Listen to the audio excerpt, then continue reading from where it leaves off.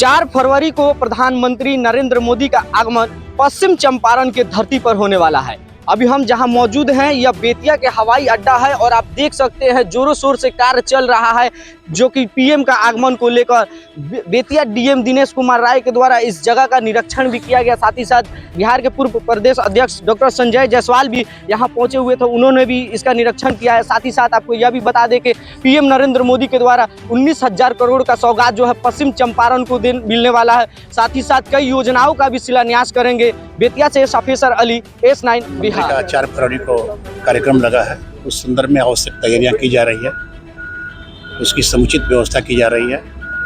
कार्यक्रम स्थल की भी तैयारी चल रही है और हेलीपैड की भी तैयारी चल रही है।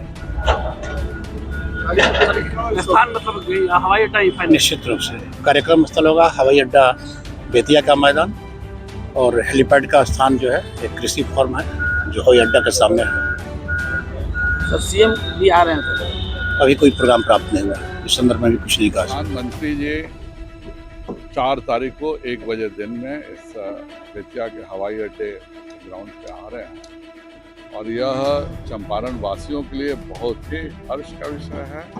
हम उनके स्वागत के लिए बहुत आतुर भी हैं क्योंकि माननीय प्रधानमंत्री जी का आगमन और ख़ास करके 22 जनवरी के बाद उनका आगमन हो रहा है। बिहार का पहला आगमन भी है और 22 जनवरी को जो उन्होंने राम मंदिर के पुनः प्रतिष्ठापन में जो उनका योगदान है उससे पूरे चंपारण ही नहीं पूरे देश की जनता बहुत ही उत्साहित भी है, उन्हें देखने के लिए बहुत उत्सुक भी है। और उसके साथ ही उनका आगमन अभी तक मेरी जानकारी से 19,000 करोड़ की योजनाओं को अप्रूवल, बिहार के विभिन्न योजनाओं को अप्रूवल मिल चुका है और मुझे लगता है कि यह राशि और बढ़ेगी।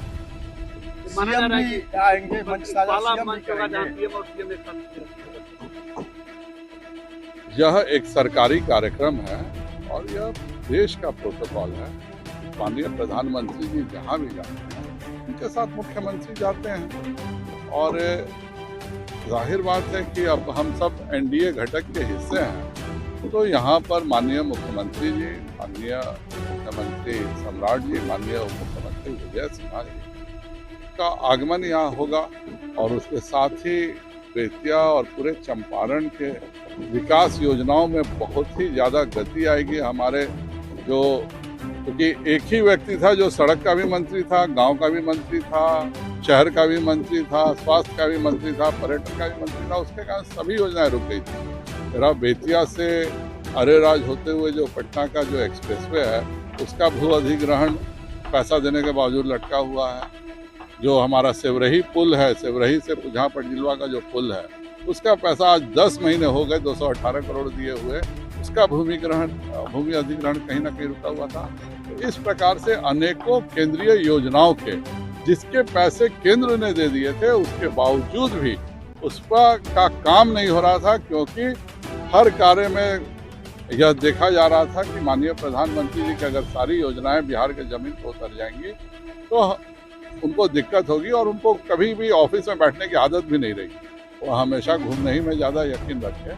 तो इसलिए यह आने से और हमारे जो एक्सप्रेसवे बेतिया पटना एक्सप्रेसवे बन जाने से नेपाल हमारा जो ये रक्सौल से पिपराकोटी तक का एक्सप्रेसवे का उद्घाटन, बेतिया शहर में सिटी गैस का योजना का शिलान्यास, शुभारंभ, सेवरही पुल का शिलान्यास, ये सब ऐसी योजनाएं हैं कि चंपारण में एक क्रांतिकारी परिवर्तन आएगा।